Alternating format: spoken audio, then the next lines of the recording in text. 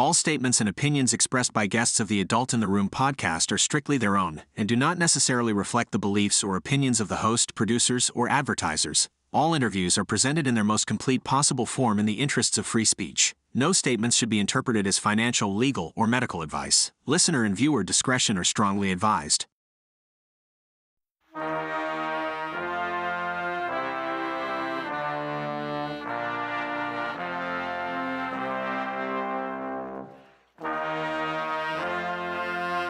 It's the Adult in the Room podcast with Victoria Taft. That's me. We are back. Thursday, the Adult in the Room with Victoria Taft. How are you? What a chock-full program we have for you today. I'm so pleased that you are here. Comment and also share. Let's see, what else? Get notifications, whatever it is that you need to do to stay with the program to get some sanity from the Adult in the Room on some of these stories that have come down the pike. For example, the Epstein story today. They're just, I mean, are we done with this stuff yet? Well, we'll go through it. Also, I have an excellent interview that I'm going to play for you. I conducted it earlier this week with J. Christian Adams. Now, here's a guy who's on the U.S. Commission on Civil Rights, former Department of Justice elections attorney, and a man who runs the Public Interest Legal Foundation, which specializes in nothing but election law, about this new mail-in ballot case being taken by the U.S. Supreme Court in the next session, which will be, I think it's next year. Okay. Lots to do. Maybe it'll take it later this season. I don't know. June, they're usually rolled up, they're wrapped up. So, you know, he didn't dispute me when I said that. Anyway, lots to talk about. You got to keep the people in the streets. Did you know that? We have multiple cases of keeping people in the streets on today's Adult in the Room podcast with moi. And the whole thing with the radical left, I'm not talking about Democrats per se. I'm talking, in fact, I would say that I'm more of a liberal, classical liberal, than anything else, because that's how I grew up. And the Democrats aren't that anymore. They've gone radical. They are now part of the commie wing, for lack of a better word. And so many of their leadership is in that milieu, that mindset. They've come up through the Saul Alinsky and whatever iteration has come along following Saul Alinsky, to the extent where now they know, if you listen to their words, now they know they need to keep the people in the streets. That's the rabble. That's the Antifa. That's the far left radicals who have nothing better to do on a day that ends in a Y, all kinds of things. And you'll see iteration after iteration after iteration after example of that in today's Adult in the Room podcast. It's important. Okay, so plenty to talk about. But first, at all of the recent radical congregations, whether you want to call them riots or protests, active protests, direct actions, and what have you, these folks have always had signs about Jeffrey Epstein, because the Democrats were told, hey, let's just keep ragging on Trump and Jeffrey Epstein. They knew each other. They were both in Palm Beach. They were both in New York. They were both multimillionaires in a big pond in New York and recreated in Palm Beach, and they know each other. And yeah, they did know each other. And everybody's known that from the gate. But what's really interesting now is that this issue is being recast now as an issue that Democrats have to think about and cogitate over and get angry over. Oh, we have to be angry. Get in the streets. Jeffrey Epstein. Trump knows he's hiding something about Jeffrey Epstein. Okay. So the shutdown occurs. That's happening for 3 weeks. The Democrats have nothing but egg on their faces. Clearly, they are really sucking eggs at this, and they are going to take the blame because it's their deal. They're the ones who voted against reopening the government 15 times. And it wasn't until the 15th, 16th time over the last few days that they said, oh, okay, we'll do it. And so so many of the far left reaches of the Democrat Party and the official party, the people who were elected and that sort of thing, they came out and said, this is outrageous. I can't believe they did this. This is upsetting. They just completely capitulated. True, true, true. I mean, obviously it happened. They capitulated. Sure they did. And the reason they capitulated is because keeping the government closed was really a very bad idea. Okay. It was a very, very, very, very bad idea because people were, looking at Thanksgiving and thinking, I'm really not sure we're going to be able to put on the big turkey dinner that we thought we were going to be able to, or catch a flight to grandma's house for Thanksgiving because of all the shutdowns. From the TSA to the folks over at TSA, the people who are making sure that you can get on the plane safely, the air traffic controllers. I mean, all those guys were, for the most part, no shows. Okay. So that was what happened. The trigger was pulled after the Democrats lost the shutdown, and it was a colossal failure on their part. We're not entirely sure. We assume that the whole thing was done because Chuck Schumer, who never probably would have done this in the beginning anyway, decided that he needed to watch over his left flank as AOC considers primarying him. And both he and the leader of the Democrats decided, hey, this is our best shot. Let's keep the government closed. We'll call it, it'll be a big thing. It'll get people in the streets. Okay. So some people are saying, hey, wait, Victoria, very bad idea. And somebody else, Daydream, says, well, now, wait a minute. Let's just show some of these comments. Daydream says, wondering, maybe it's just taking up a question about what I just said. But here's the way it's laid out. So that in the very second that the government was reopened, what did you hear? Democrats have released the Epstein emails. And all of a sudden, Epstein emails are all over the place. And we are supposed to get all excited about that because obviously we have to make sure that we keep people angry and in the streets. And that's the point. That was the point of that. So here's what we have. They have 3 of these emails that they released yesterday.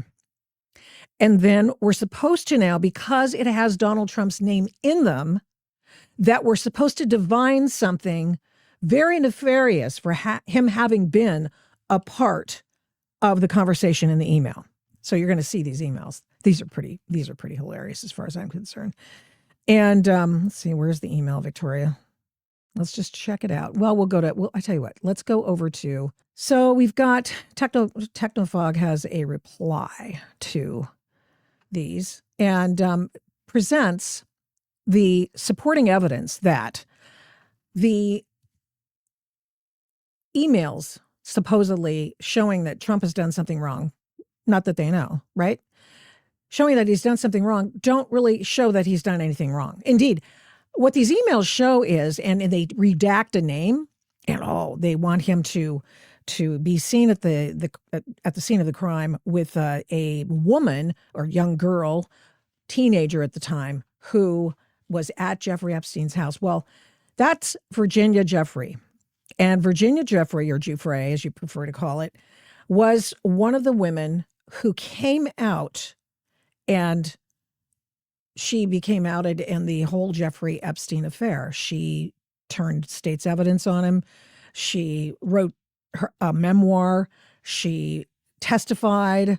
She did all that she could do in that trial. And indeed, Virginia Jeffrey also, before she killed herself years later, left what could be, I guess, a dying declaration wherein she mimicked what she'd already said previously in testimony, in interviews, in the media, and now in her dying declaration book, that Donald Trump she never saw Donald Trump with any women young girls or anything. She never saw them both together, Epstein and Trump.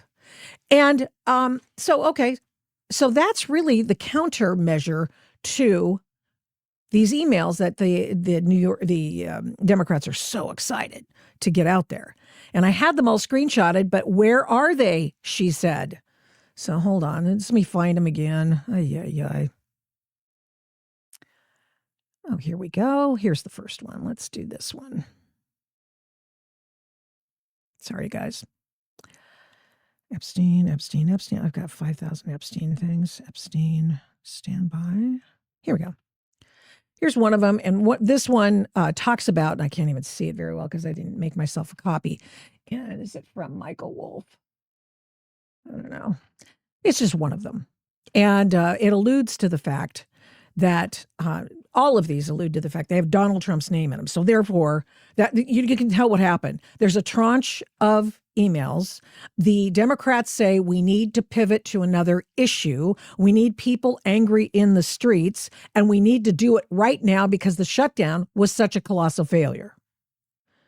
And so let's get all of the emails with the emails that have his name in it. And none of them does anything to paint Trump in a bad light, as far as I can tell. This is me, okay? But you wouldn't know that. You wouldn't know that from some of the reaction. Oh, he's there. Look at Donald Trump is there. He's got a name in it. Michael Wolff, check this out. Michael Wolff is a man who talked with Jeffrey Epstein via email, right? And he talked with Jeffrey Epstein in 2016, and one of the emails is him talking with Jeffrey Epstein in 2016 after Jeffrey Epstein is in trouble with the law, and he tries to get Jeffrey Epstein to talk smack about Donald Trump so that it will help him with Hillary Clinton, because everyone knows Hillary Clinton is going to win and the election. So this started ages ago. Now check this out. So Michael Wolff wrote a book, a Jeffrey Epstein book. And here it is, actually. Let me find that for you. It just goes on and on. He's written like 3 books on Donald Trump. And so this is quite interesting. This was the first one. And we all just went, what are you letting that guy into the White House for? Donald Trump let Michael Wolff into the White House to do an interview. And Michael Wolff just wrote a scathing memoir. Actually, it wasn't a memoir. It wasn't his memoir. It was just Donald Trump is such a crazy guy. Well, he's written like 3 books about Donald Trump. And so he wanted to scare up some more information, some more dirt on Donald Trump, and he tried. And he wrote 3 books about Donald Trump. And he talked to Jeffrey Epstein to get information on Donald Trump. And guess what? He didn't get any. He said that to ingratiate himself to Hillary, he might want to make something up. He was conspiring yet again to get Trump.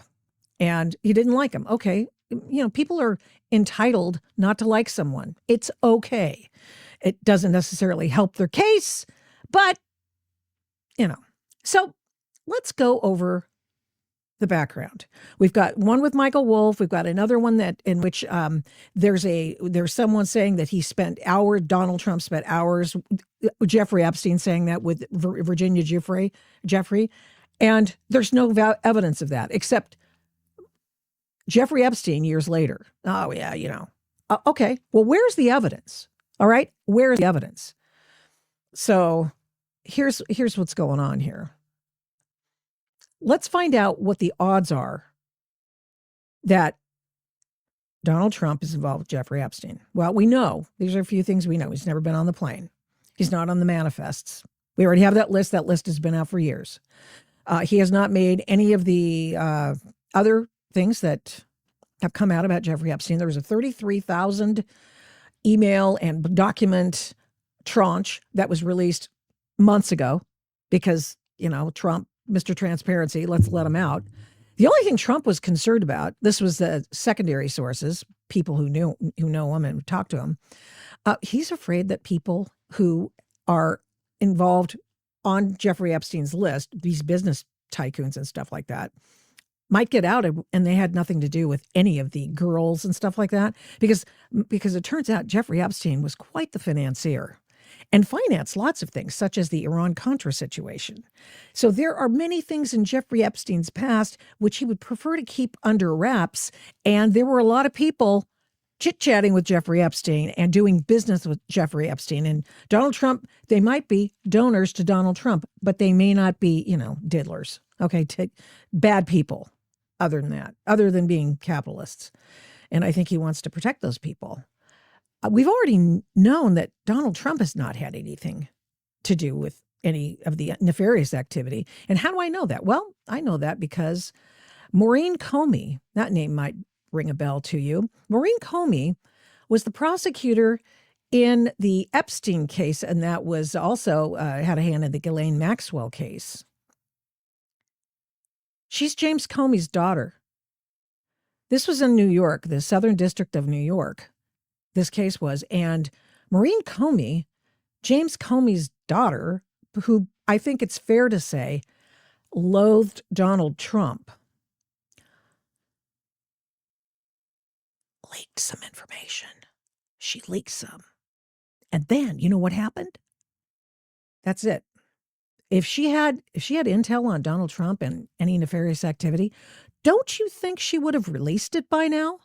Yes, I understand the fact that a lot of people say that, but do you think that maybe if Maureen Comey, who hated Donald Trump, lived in New York and her father hated Donald Trump and whose father was fired by Donald Trump, do you think that she would have withheld anything that somehow made Trump look bad? This is the best they can do, is these doggone emails that say his name that don't really tell us anything. So, very interesting as far as I'm concerned. Let's see. I want to make sure I find Technofog. Here we go. Let's do this. So here's Technofog. He's the former DOJ guy. And he's talking about Virginia Jeffries' testimony previously in which she never wavered, that said that there was never Donald Trump involved in any of this nefarious stuff with the girls, the continuing prostitution. It was a prostitution ring. And what he did with that intel, don't know. There's some case to be made that it wasn't necessarily a bribery scandal that made him all his money. I don't know. I think he just got inside on some pretty money deals. And of course, he was able to be the lawyer for one of the richest men in the United States who started a multi-gazillion-dollar company that involved some of the fashion and all sorts of things. So, I mean, he was the person who had power of attorney over that. So maybe that's where he derived some of his funding and that sort of thing. It's not thought that he bribed people, but it's certainly, if you've got like P. Diddy, and by the way, Maureen Comey, P. Diddy lost the P. Diddy case. I mean, she's just really, going. So if she wanted to spill any stuff on Donald Trump, she would have. And I think she tried. I actually think that she's the one who, this is my personal opinion. I can have an opinion. I think that when some story came out a few months back, or probably within the last year and a half, let's say that, in which Donald Trump was said to have sent Jeffrey Epstein a 50th birthday card written by Donald Trump, and that Donald Trump wrote a picture and said crazy stuff. It wasn't really that even that crazy. It was just dumb. It was really stupid if somebody wrote you this. But Donald Trump, because I never drew a picture. He still to this day says he never drew that card, the picture, nothing. There's never been any signature or there's a handwriting analysis, nothing whatsoever to prove that Donald Trump had anything to do with Jeffrey Epstein sending that note, even though they'd been tight in previous times, right? So, well, I'd say, were they tight? I mean, they knew each other. They were big dogs. They're, alpha males in New York and Palm Beach. Okay, they knew each other. And of course we know, because it's out there in the public domain. And if you don't know this, you need to know this. Donald Trump kicked Jeffrey Epstein out of Mar-a-Lago because he kept poaching the kids, I say, and his workers. And he'd have them come work for him. So the people who worked in the spa, Virginia Jeffrey was one of them. Trump said, no, dude, stop it. And Ghislaine Maxwell was the one poaching the talent. So he confronted Jeffrey Epstein and he said, stop stealing my workers, okay? People like her, whatever. And, because Mar-a-Lago is really a she, got a very, very she spa. Okay. And then one of his members came up to him at Mar-a-Lago. And, what is it, like isn't it 500 million? I don't even know. How much does it cost to join Mar-a-Lago? I mean, millions and millions and millions of dollars. You got to be uber rich to be there, of which Epstein was. And so one of the members comes to Donald Trump and says, hey, this guy's hitting on my kid. And Donald Trump said, oh, hell no. And you know what? Donald Trump kicked Jeffrey Epstein out of Mar-a-Lago and forbade him from coming back. Now, for whatever reason, that never seems to make the papers. Remember those things that we used to, they're newspapers, they're periodicals. So, okay. So we've got that backdrop.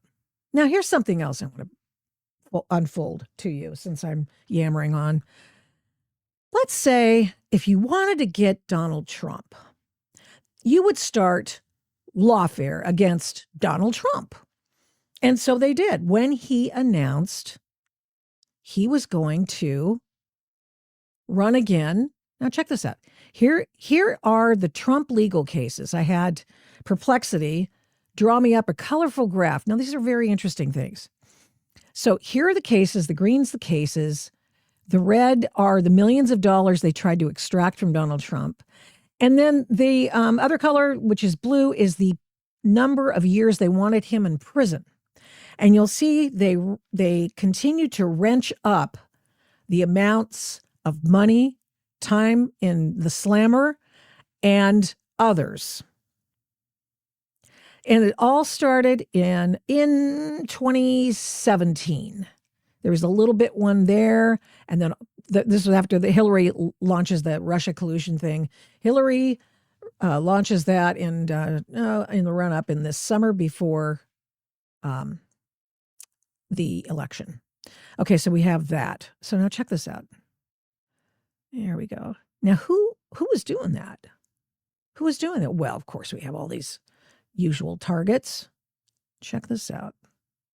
Oh, that's my other one. That's another one I got.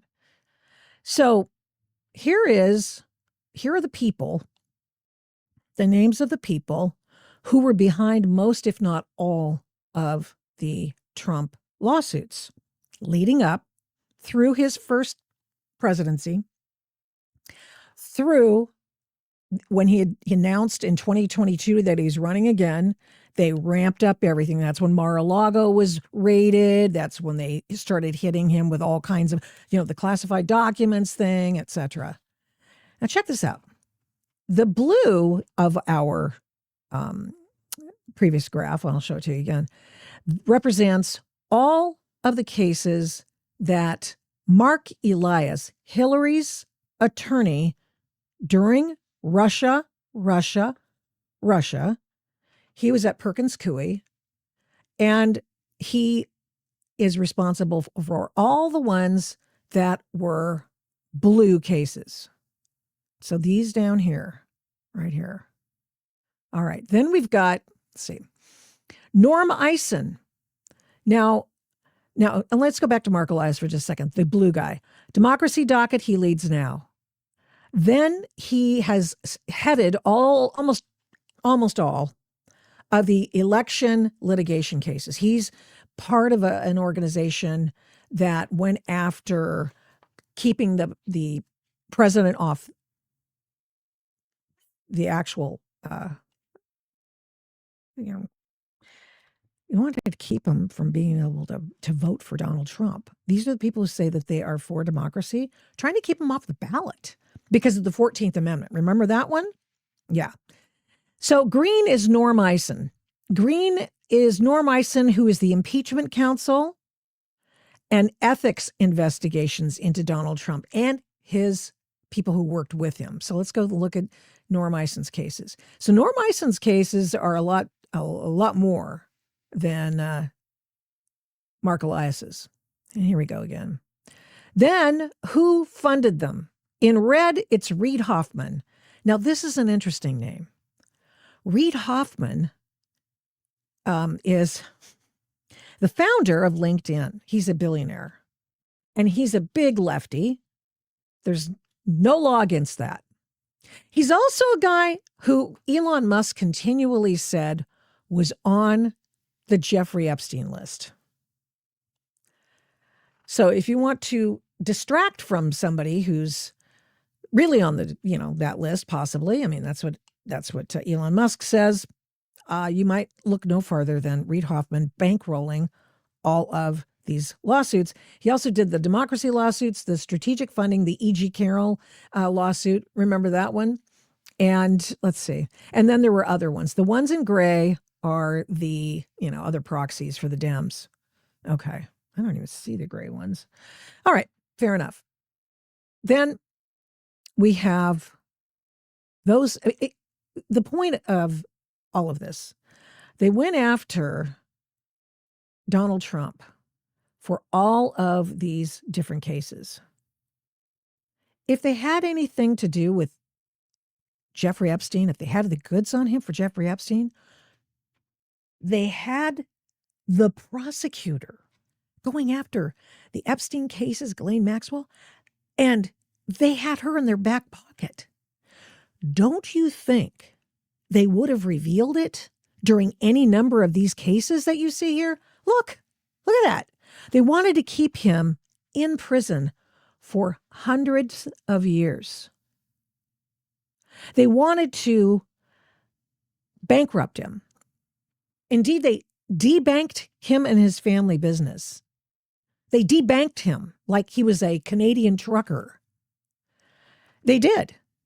They went after him for supposedly expanding the amount of money that his properties were worth, that he borrowed against and then paid back with interest to New York bankers.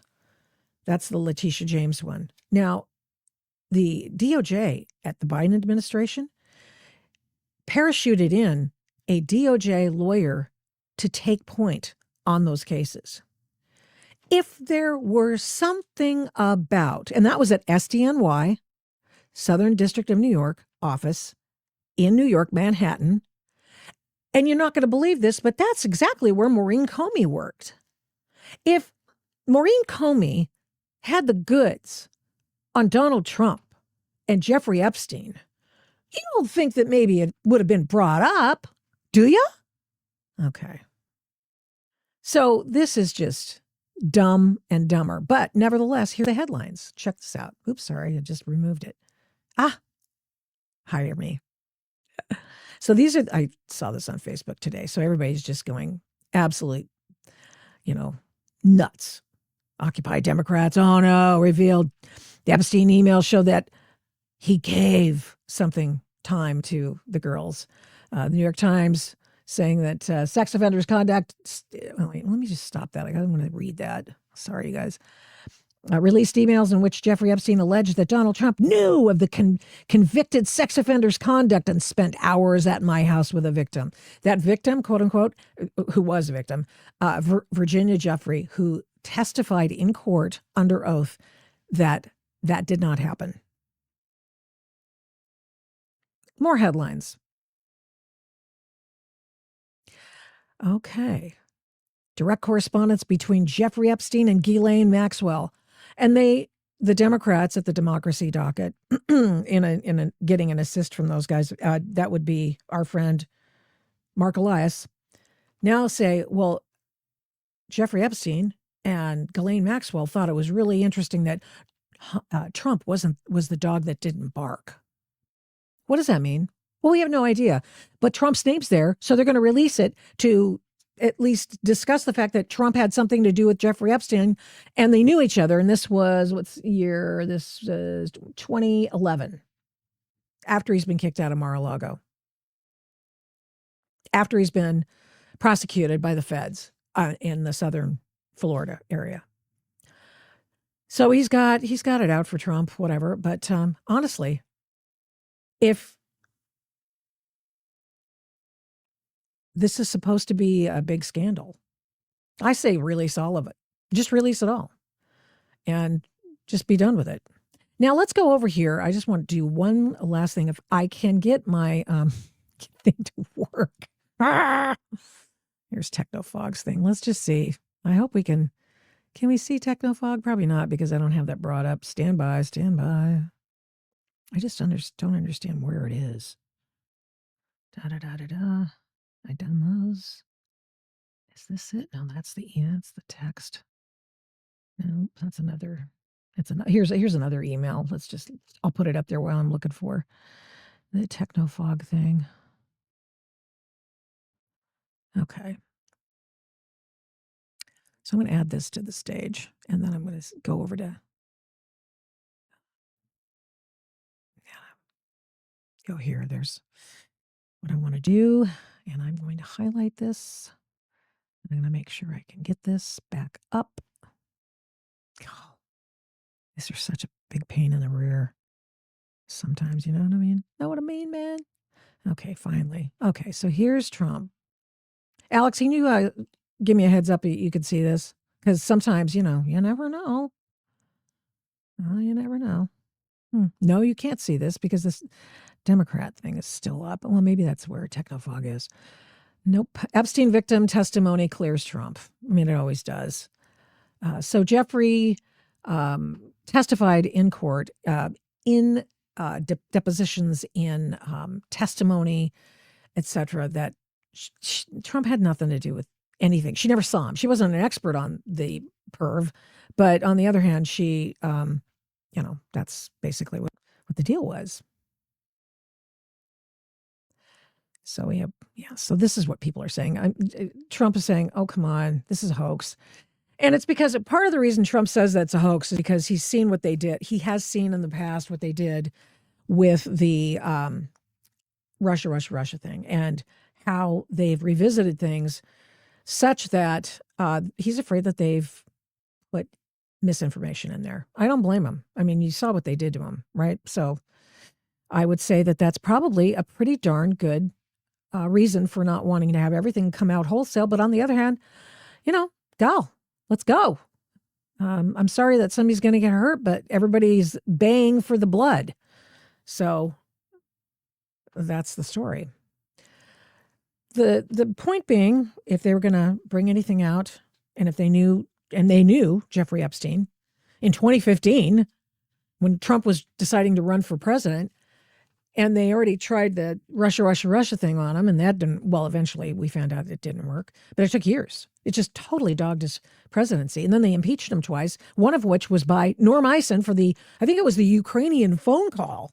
Remember that? I mean, that was just bogus. So if they had anything, they would have brought it out, for crying out loud. They sued him for everything. Look how many lawsuits. This is probably not even a full list. Look at all the lawsuits. Look, hundreds of years they wanted him in prison. Here's another 100 years plus. And then millions, actually $500 million fine that he had to come up with now, unless, to satisfy Letitia James' lawsuit in New York. And so they did everything they could to get him, and it didn't work. It didn't, because they had nothing on him with respect to Epstein, nothing. Now, I'm not saying Donald Trump is a Boy Scout. I'd say he probably is now, but I'd say, over time, I mean, he was a randy dude. He went out on his wives. One of the things, the interesting thing on the, you know what his first reaction to James Comey, Maureen's dad, FBI director who was later fired by Trump. His first reaction to finding out that there was Oppo research. Oh, he wasn't told it was Oppo research. He was being given a defensive hearing. And so meeting for James Comey to share all the Steele dossier crapola. Okay. The first reaction was, oh my gosh, Melania would kill me if she got wind of any of this. This is terrible. I mean, of course, he wasn't there. He didn't have hookers jumping on the bed in a Moscow hotel. Nothing. It was all made up. We found out. Of course, we knew it was all made up. But believe me, if they're willing to trot out hookers peeing on beds in front of Donald Trump and germaphobe, trust me, they'd make stuff up about Jeffrey Epstein. So, of course, he thinks that the Democrats are doing something nefarious. Of course, he thinks that there were a few stink bombs left in the Epstein files. Of course, they think that. Of course, they do. Of course, he does. I don't blame him. But let's just, But the thing is that they got to keep the people in the streets. They've got to satisfy the bloodlust of people who dare want this guy, brought to heel. Now, here's how it's being worked. Now, here's Mark Elias's group. See, this is how they're now pivoting on the narrative of Epstein stuff. And it was the Epstein shutdown all along. Mark is the one who sends the message, and he's the signal, and everyone else is the receiver. So he has, what about the Republicans? It was never clear why they wanted to end the shutdown. It was never clear why the Republicans, that's his proof. It was never really clear why the Republicans wanted to end the shutdown, says Mark Elias, the man who brought, how many lawsuits against Donald Trump? Let's go look at them. Lots of them. Mark Elias is the blue one down here. Multiple lawsuits against him. So now he's doing the dog whistle or whatever we're calling it these days and telling everybody, it was the Epstein shutdown. And everybody online, on the Twitters, on the X's, on the blue skies, went along with it. Oh, it was the Epstein shutdown. Because the people in the streets are what matter. I can guarantee you. Showed up at this story at Berkeley the other night. $20 says there were people with Jeffrey Epstein signs in their hands when Antifa took off after a Charlie Kirk Turning Point USA event at Berkeley, UC Berkeley. Now, I want you to remember as we go along here that UC Berkeley is the cradle of the free speech movement. Please accept my offering here and roll your eyes accordingly. I've seen at least one fight break out. Amanda. Yeah, things have been lively here. While that Turning Point USA event is still happening inside, protesters have been out here for hours. You can see them still here behind me. They have been chanting, just a very, very lively scene out here. While things have been mostly peaceful, there have been some tense moments. Earlier this evening, there was a scuffle that broke out where two men started fighting. UC Berkeley police had to break up that interaction.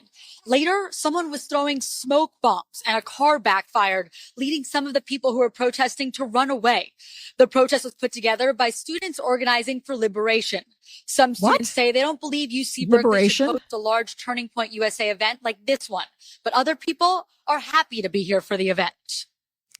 Okay, lady. They should not be here, and they are like a fascist organization, and nobody here agrees with what they are saying. And obviously, Charlie Kirk has been a big issue with like a lot of college campuses. Okay, just notice something. This PAP was uncontested by this reporter. People on college campuses. So we just think obviously I didn't really follow him a lot, but knowing what he did and knowing the things. Okay, stop right here. I'm going to take it back. So he's a fascist. He's this, he's that. But I didn't really know what he said. I want you to appreciate that stupidity.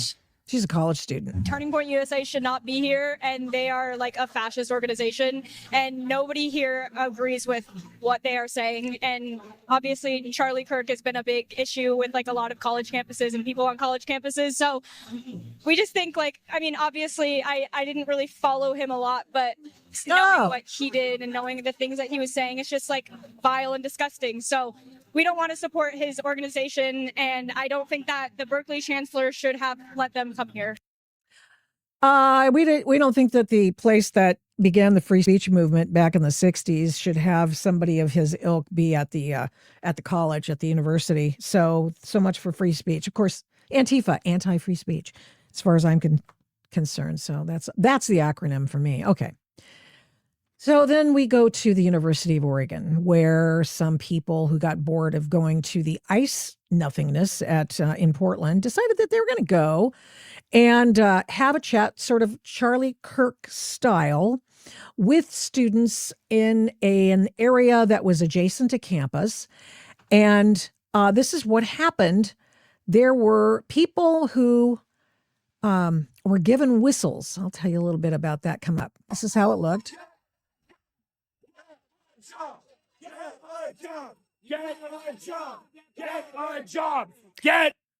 Get a job. Well, you could give them points for that one, okay? And the reason why is because you think that the job is something that people oftentimes will yell at them. So maybe that's where they got the idea.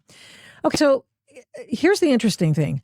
The whistles that you saw, those are the rape whistles that they hand out to chicks on the campus before, here's your rape whistle. No one's actually going to come help, but it's a whistle.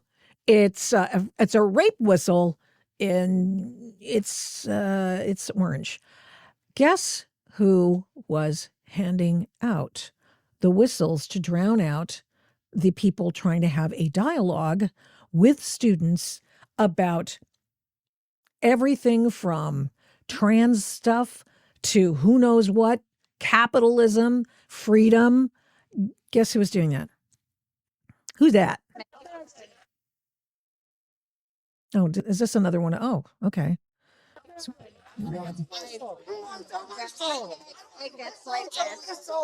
Who wants a whistle? Good. I don't choose to be loud.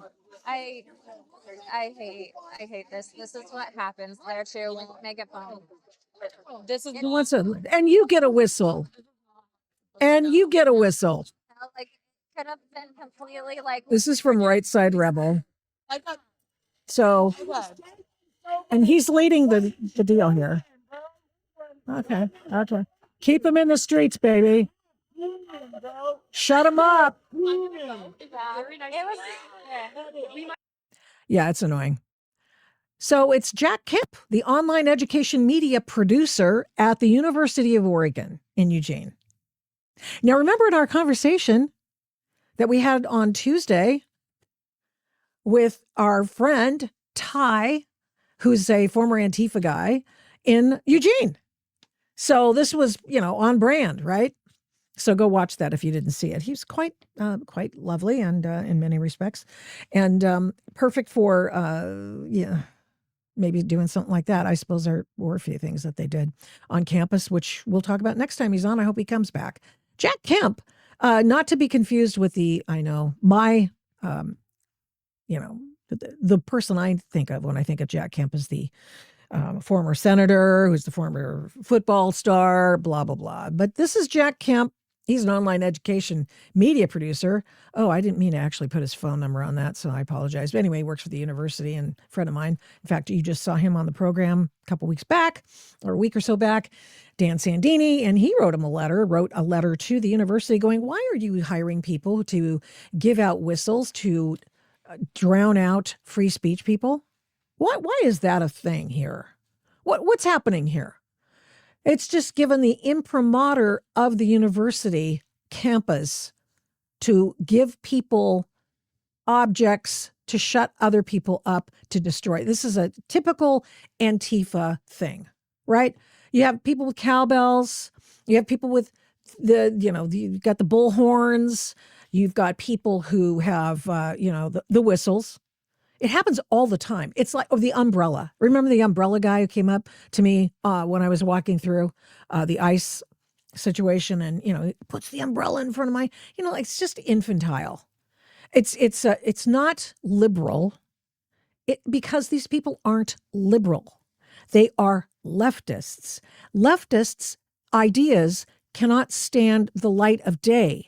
That is why they want people to shut up, which is why they whistle in their faces.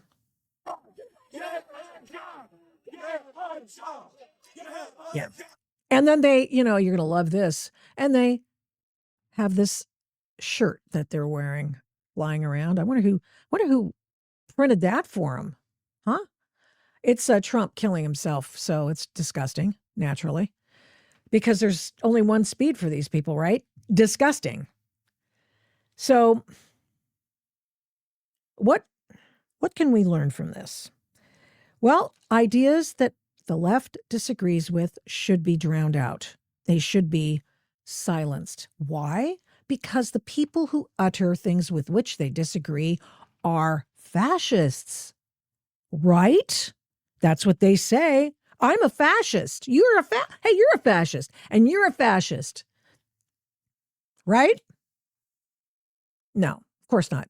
We're just normal people who just thought we were growing up in a free society that allows people to have constructive conversations between adults. And they don't want that. Let's go to Oakland. Let's go to Oakland. Now that we're done with the folks from Eugene, and we've already been to Portland, and they don't want to hear from anybody. We've got a University of Oregon individual who is on the payroll, the University of Oregon, and he is handing out the whistles to drown out the free speech of other people. Because, you can't have the poor babies. You can't have the poor babies hearing those things, right? Now, let's go to Portland.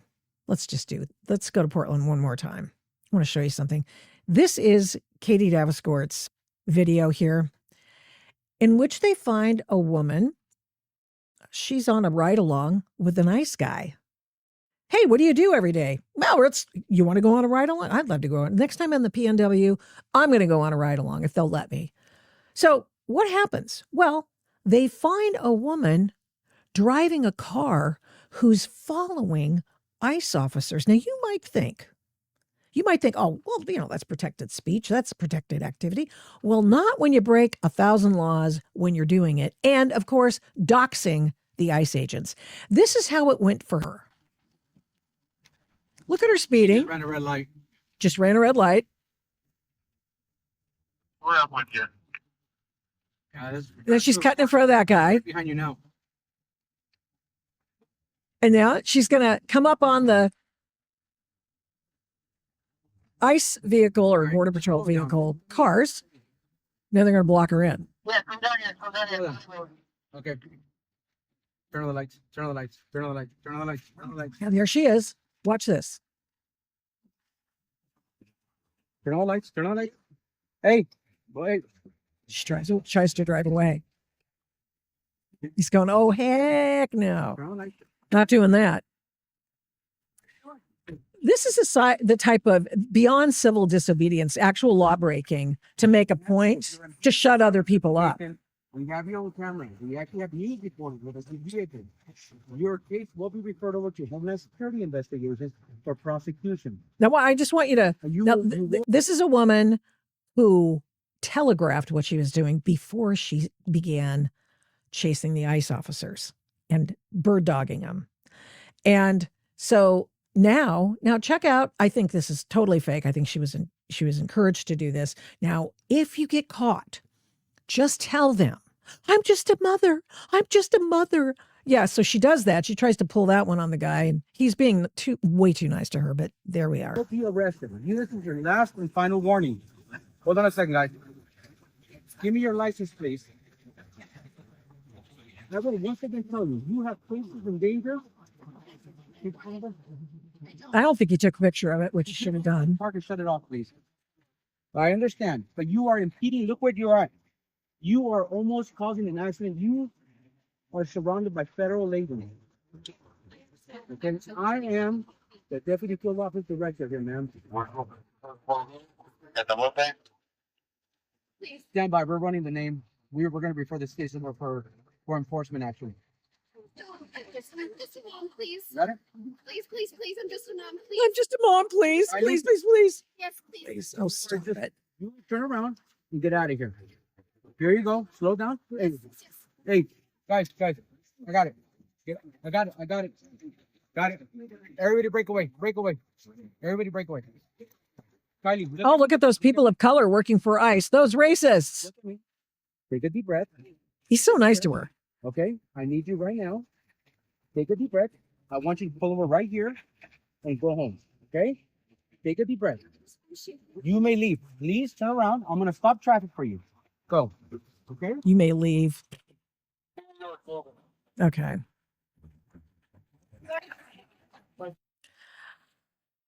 So they take the law into their own hands and they say, well, basically we're the law.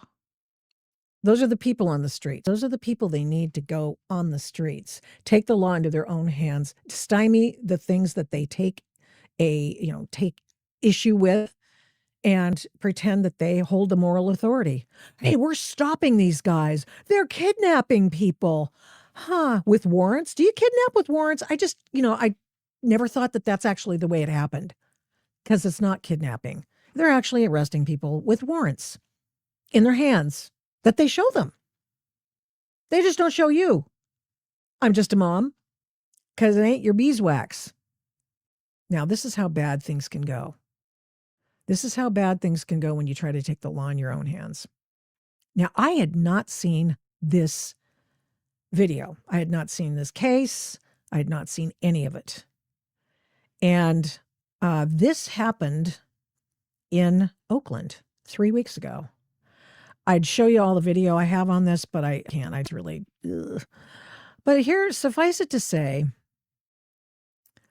a person who's a trans person, because part of Trantifa, there's a huge subsect of people in Antifa that are the people who, they feel a little bit disparaged or what have you. And so they join up with Antifa to do antisocial things like this, for example.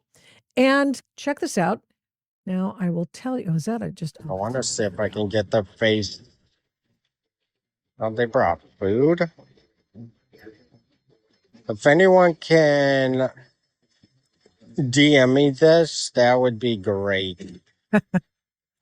So this is this guy. I'm not sure how often he's out there in the field. Because I would love to know who this person is. As would we. Well, we already know. We now know. So watch this. I just want you to see what happens. I'm going to speed forward. We've got better video of it, so hang on there. So this guy, this person, is a guy who thinks he's a girl. We find out later. They're at the Coast Guard.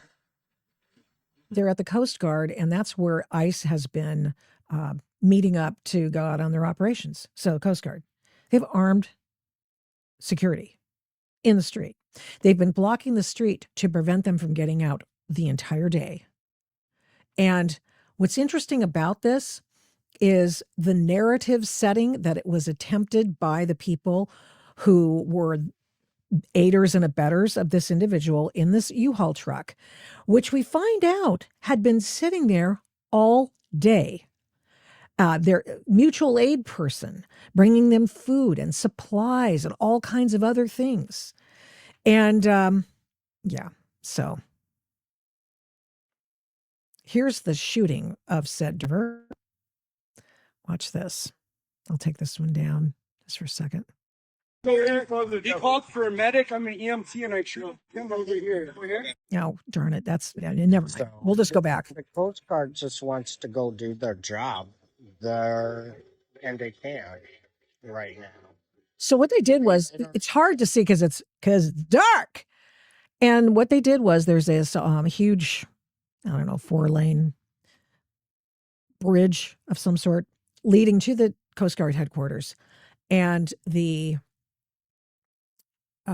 people they put a dumpster in front of it.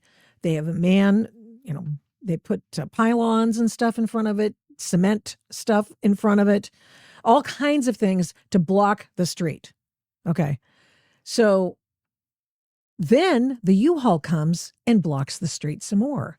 And then the U-Haul does something incredible. Not because of now check this out. Fool, guys, of these fools.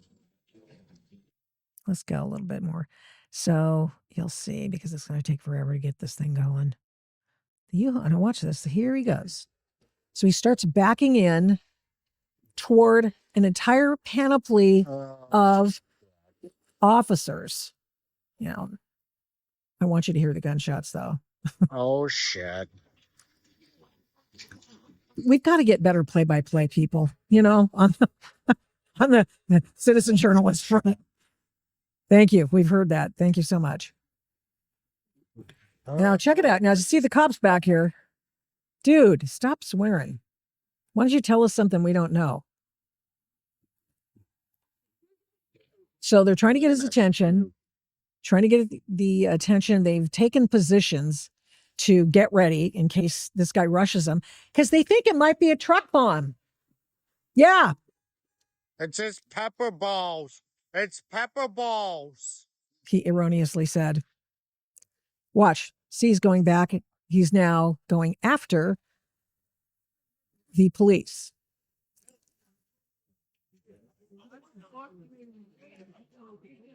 He seems to relent, and then he goes, okay, I'm just going for it.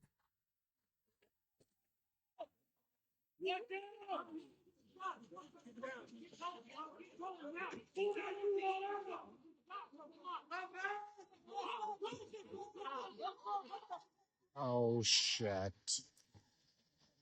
That was the truck driver just shredding rubber just to get back at the cops. And then you'll hear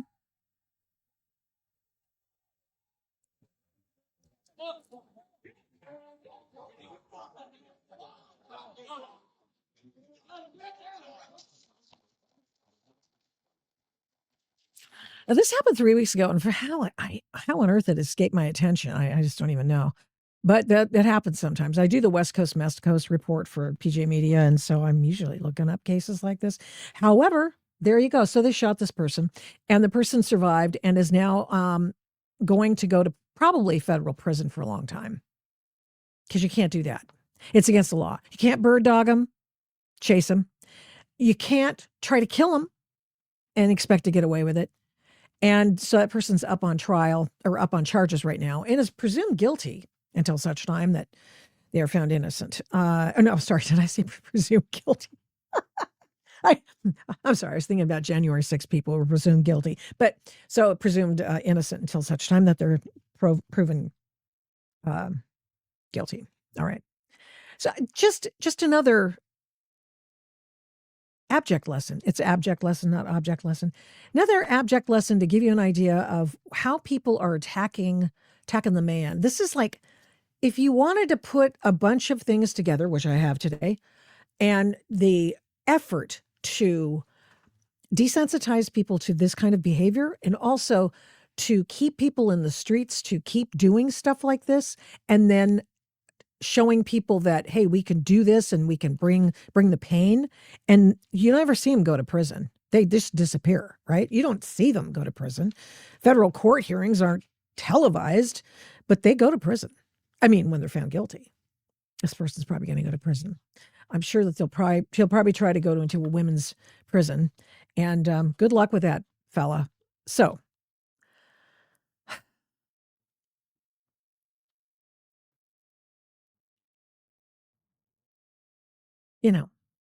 people, in contrast, to compare and contrast, there's been one alleged riot by right-wingers. That's the January 6th one, but it turns out there were a bunch of Antifa people there starting the riot, and there were a bunch of feds there doing whatever they were doing. And so on and on it goes. But, I would just suggest to you that when you try stuff like this, I don't know, it seems kind of hanky, and it's kind of insurrection-y, if you know what I mean. So yeah, I'm kind of pissed at these people who think they can take the law into their own hands to be uncivil. I mean, that's to break the social contract, to not follow the law. I mean, those are all things part of the social contract. We're all supposed to. If we all do that, then guess what? People are safer, but they don't, and they take issue with how we vote. They take issue with how we speak. They take issue and try to silence people who have a different desire than theirs. They try to, if you will, change the results of an election, if you will, as the Democrats did in 2016, 2017, and all through that Russia thing. That was all an effort to oust a president of the United States. And they did it through several means. Obviously, all the lawfare that was going on. Good grief, that was ridiculous. Well, we're going to get him out. Then we're going to go okay, that didn't work. We're going to impeach him. And then we're going to impeach him again. I mean, what do you think that was about? What do you think trying to keep him off the ballot was about? To not even let him go. I'm sorry, who are the people who are for democracy again? This is what democracy, or is it those people that are chanting in the streets? Who are bird dogging ICE officers, doxing ICE officers, trying to hurt ICE officers as they're doing in Portland? Are those the democracy people? No. And so I think it's one of those times when you really ought to, you better recognize. We've had a big change, possibly, in our elections. In fact, a big news story occurred this week. And it's about mail-in balloting because, of course, we know that mail-in balloting is the easiest kind of voting to fake. We know that because we've been told that for years. Jimmy Carter said that. I mean, it's obvious, right? I mean, Oregon has a video. As somebody in Oregon put out a video that shows you how to take a ballot out of the mailing envelope, change the vote, put it back in, and have it counted. This is crazy.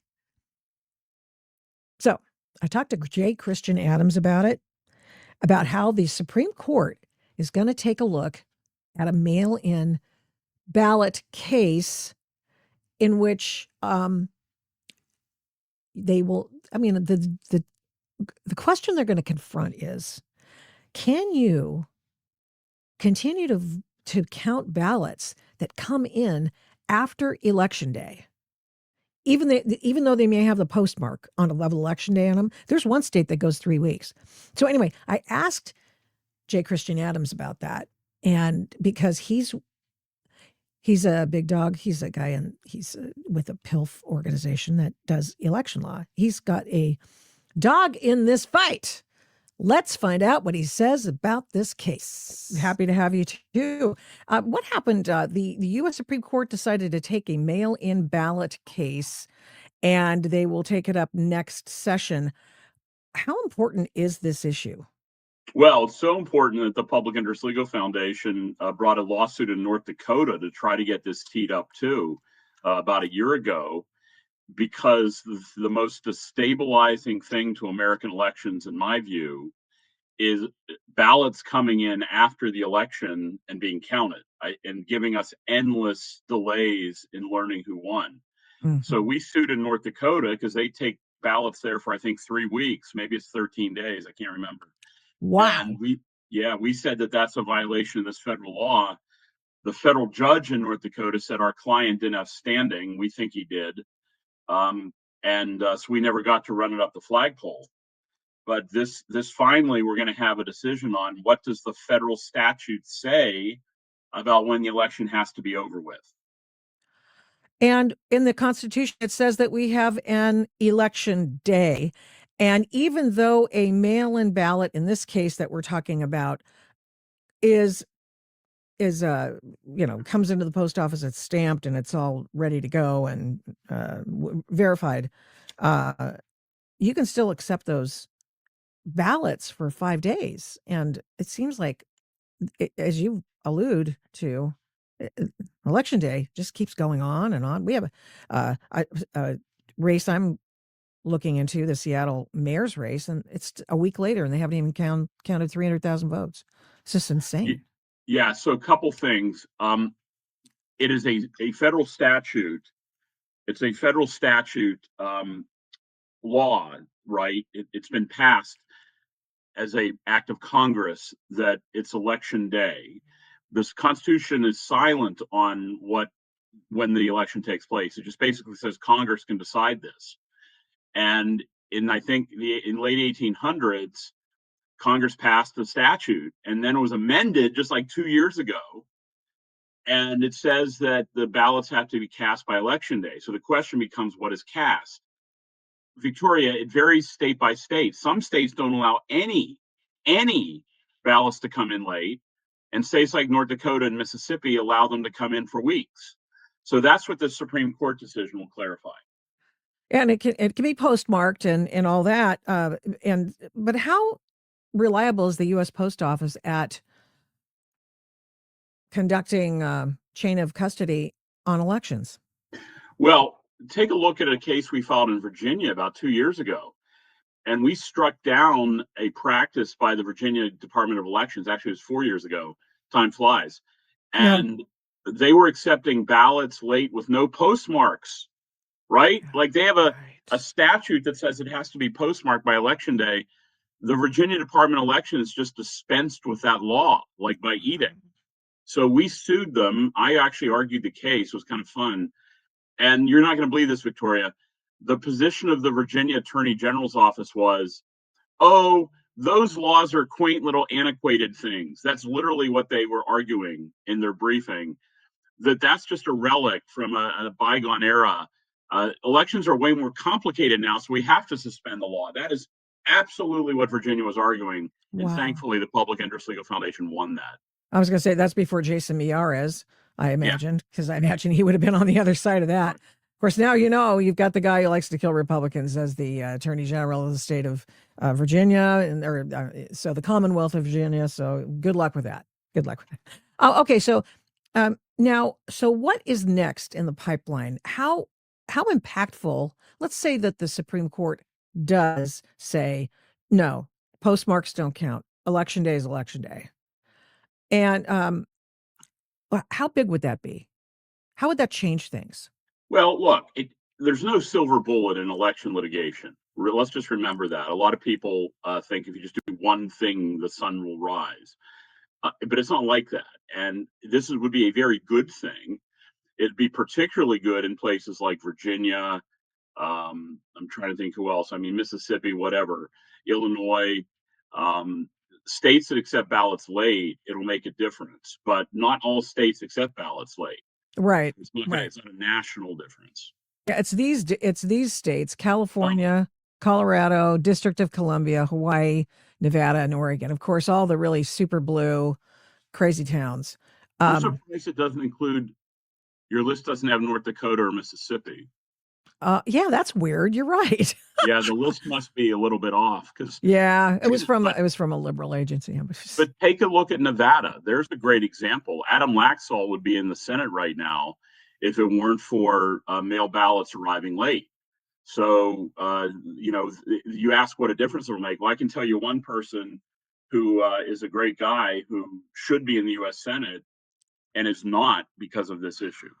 Wow. Yeah. Okay. So what's next in the pipeline? Do we have more mail-in ballot cases coming forward? And what's the timeline on those? Yeah, I mean, as far as the mail-in ballot cases, this is going to heavily resolve the delay issue. States are free to do mail ballots, right? Remember, the Constitution gives states the power to set their own election rules. Yeah. And that's how the founders wanted it because it promotes liberty. It promotes decentralization. Yes. And that's a good thing.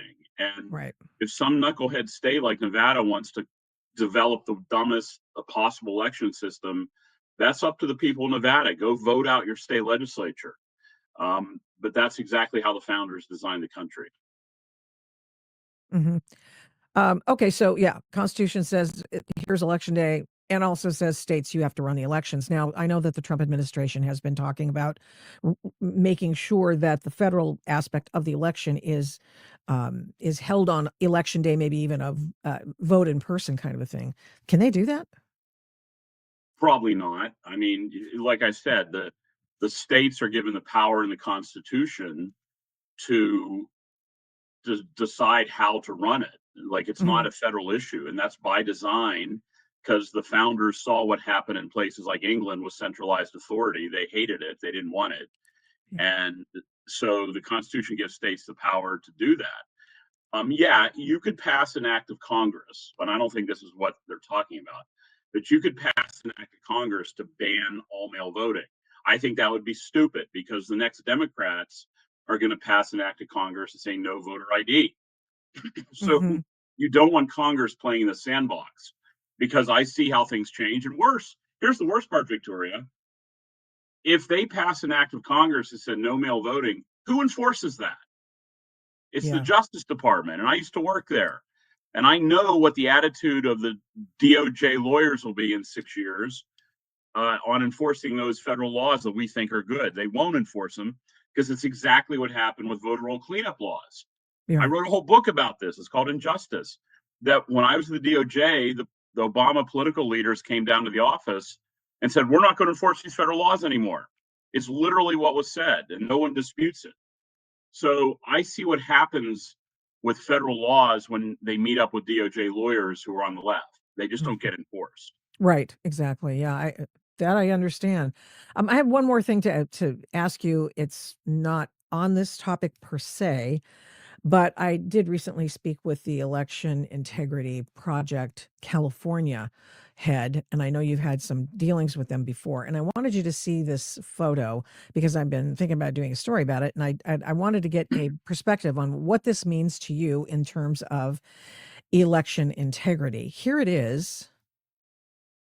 This is a list of hundreds and hundreds and hundreds of people who have now gone, had their country of origin changed from, let's see, Afghanistan and, Bahrain and even states, Indiana. They've all been changed in the California voter rolls to reflect that they were born in California. What does that mean? Well, curious. Maybe something, maybe nothing. I'm familiar with the California voter registration database, and it does have a place of birth entry. I've seen them where it says Mexico. If this would be perfect, I'm going to give you two possible scenarios to explain this. One bad, one good. The good one. Okay. They've since naturalized, and in order to make the database more relevant, because once you naturalize, it doesn't matter where you're born, right? Sure. They've just changed it to California or the United States to reflect that naturalization event. I would have no problem with that. I mean, it's a dumb thing to keep the column, the entry window, but whatever. I will tell you that we got voter roll applications that said place of birth Mexico, and the person said they weren't a U.S. citizen. And we viewed the presence of the word Mexico in the database to be a flag that should alert you to their citizenship proof when they register. So that's the not bad version. The bad version is that they just did this willy-nilly to clear the path for registration. I will tell you, if I was in a casino, knowing how California operates, I would probably put most of my chips on good explanation. But that's not to say bad might not spin on the wheel. But that's just my first glance at this. Okay. I wanted to find out from you and just, find out if there was another way to look at it, because I don't know everything I see. It looks hinky, but what does that mean? I don't know. Yeah. So the problem, Victoria, in the space is And I don't know what California IP. They've been in this game probably longer than just about anybody. Um, the problem in this space is that some people will see this and immediately run to the only bad explanation, and Exactly. they'll get whipped up, and more proof of fraud. Instead of asking the question, let's figure out why this happened. They just Right. assume that it's bad, and that's a toxic reaction in this Yes. space. It leads to people making claims that, by the way, judges, if this were to be litigated, start to not take the whole movement seriously. Yeah. That's the big risk. Yeah. Like I say, I'm glad I ran it by you because I thought, oh, I don't know what that means. What does it mean? Well, listen, J. Christian Adams, thank you so much. This is your last year on the Federal Civil Rights Commission, right? Or are you already off, or is it? Are you Well, done? my term ends December 5. There hasn't been any reappointments of anybody. So Oh, if there are no reappointments, it's going to be a 4-0 Democratic commission, which will be a very unpleasant experience for the country. I would like to ask. Is there to whom would you ask, or of whom would you ask if this is going to happen? Well, like Well, I any know the answer to that comments? question. Yeah, I know the answer to that question. So it's just the process, and the government shutdown hasn't helped any on this because the people who are fixing the issue for next year are staying at home right now. Oh, that's helpful. Well, if your presidential personnel office is not at work, then there's no presidential personnel picks. That what? They haven't been working? I mean, I know they're not getting paid, but they're going to get paid now. Yeah. So Yeah, mission accomplished by the Democrats, I guess. Yeah. Thank you so Oh, much. that's one of the big problems of the shutdown is the people aren't getting hired to do, that are good people. That's one of the sideshows. One more thing, because you have worked at the DOJ, and of course now we're hearing, oh, there's so few people there to do all this work. Understandably, you want to get rid of a bunch of the bad actors. So, to what extent do you think that they're doing things efficiently over there? Oh, none. There's no. I mean, it depends on what division. Yeah. But it's true. I mean, they're down to like 30 prosecutors in the U.S. Attorney's Office in D.C. And there's no crime in D.C., right? Right. And the problem is you can't hire anybody when there's a government shutdown. Sure. So no, very little is getting done. And in some ways, that's good. Now, maybe not for criminal prosecutions, it's good, but very little is getting done at the DOJ because of the manpower shortages in great measure, and the inability to fill those slots now.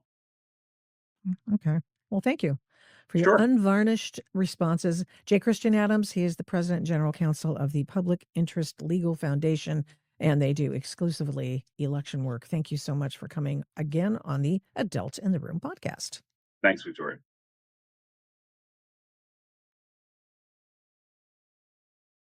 I did wish him a happy day. Can you believe this? They're going, how come I'm small? What's going on there? I don't get that. Oh, well, anyway, look. Oh, how did that happen? Did you do that, Alex? I have no idea. Anyway, doesn't matter, does it? So that was an eye opener. I mean, I have to tell you, we did this interview at 6:00 in the morning. I was like, oh, okay. Yes. Thank you. Yes. I can't believe that. But what really galls me, I know that the government shutdown is over for the moment, but we have to go through this possibly another time soon because they're supposed to do another apparent. I'm hoping they just do a regular budget. Could we just get to the regular order, please? But when you've got people at the DOJ who could be working, or at the Office of Personnel Management who could be working and aren't, what the heck, man? What? That's just unbelievable. I listened to our interview earlier today, and I just thought, what is going on? How do they dare not show up? How do you dare not show up? I heard that they're giving out special bonuses to people who did show up, but lame. I know you're not getting paid. Got it. You also know that you are going to get paid when this whole thing's done. Got it. You didn't go bother to catch up on your work. Screw you. I'm sorry, but come on. That's so bad. Anyway, it's been great spending some time with you. A little longer today, so I apologize for, yammering on as I do. But I hope that you take to heart some of the things that we talked about today. I mean, if, basically if Trump were going to be castigated, wouldn't they have castigated him already? It's just insane. And the fact that you got to keep people in the streets to keep people angry so that you can do everything you can to undermine civil society. That's another thing. And then finally, the basic tenet of that, the freedom, the foundation, is your vote and the sanctity of it and how people are working overtime to make sure we can retain it. So there you go. Listen, head up, heart out, and don't forget to be the adult in the room. Mischief managed. Thank you so much for watching and listening to this episode of the Adult in the Room podcast. We do not take you for granted. We appreciate every single person who tunes in every week to listen and watch this program. We're here every Tuesday and Thursday, live streaming on Rumble, and then on every other podcast platform shortly thereafter when we can port it over and get it over there as soon as we can. All the shows can be found at victoriataft.com, where the censorship regime has been banned by me. Follow me on social media at these names: Victoria Taft, the Adult in the Room podcast, and the Victoria Taft Show. Send media inquiries, or any others for that matter, to victoria@victoriataft.com. And here's a big ask. Would you please subscribe, share, like, comment, recommend, and give this program a 5-star rating where you can? We really appreciate it. We do not take that for granted either. Follow my work at, you guessed it, victoriataft.com. PJ Media, I write tons over there. Flamingo Audiobooks, and of course the radio. I don't do this alone. This show is produced and engineered by Overall Media. 1A Cast is responsible for some of the Adult in the Room podcast's imaging. Logo design by Hageman Creative. The Adult in the Room podcast is produced at Flamingo Road Studios. All rights reserved.